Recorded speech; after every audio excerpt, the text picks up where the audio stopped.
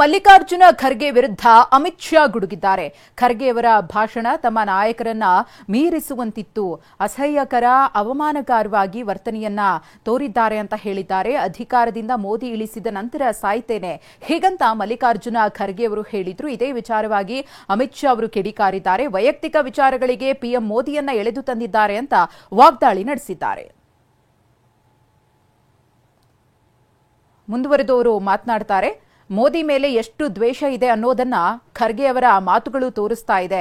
ಖರ್ಗೆ ಅವರ ಆರೋಗ್ಯ ಸುಧಾರಿಸಲಿ ಎಂದು ಪ್ರಾರ್ಥನೆಯನ್ನ ಮಾಡ್ತೇವೆ. ಮೋದಿಯವರು ಕೂಡ ನನ್ನ ಪ್ರಾರ್ಥನೆಯ ಭಾಗವಾಗಿರ್ತಾರೆ.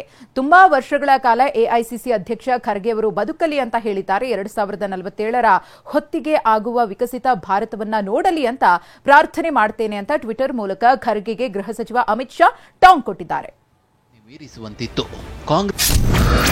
ಮಲ್ಲಿಕಾರ್ಜುನ ಖರ್ಗೆಯವರ ನಿನ್ನೆಯ ಭಾಷಣ ತಮ್ಮ ನಾಯಕರನ್ನೇ ಮೀರಿಸುವಂತಿತ್ತು. ಕಾಂಗ್ರೆಸ್ ನಾಯಕರ ಭಾಷಣ ನಿಜಕ್ಕೂ ಅಸಹ್ಯಕರ ಹಾಗೂ ಅವಮಾನಕರವಾಗಿತ್ತು. ಭಾಷಣದಲ್ಲಿ ಸುಖ ಸುಮ್ಮನೆ ಮೋದಿ ಅವರನ್ನ ಎಳೆದು ತಂದಿದ್ದಾರೆ. ತಮ್ಮ ಆರೋಗ್ಯದ ಬಗ್ಗೆ ಮಾತನಾಡುವ ವೇಳೆ ಮೋದಿ ಅವರನ್ನ ಅಧಿಕಾರದಿಂದ ತೆಗೆದ ಮೇಲೆಯೇ ನಾನು ಸಾಯುತ್ತೇನೆ ಎಂದಿದ್ದಾರೆ.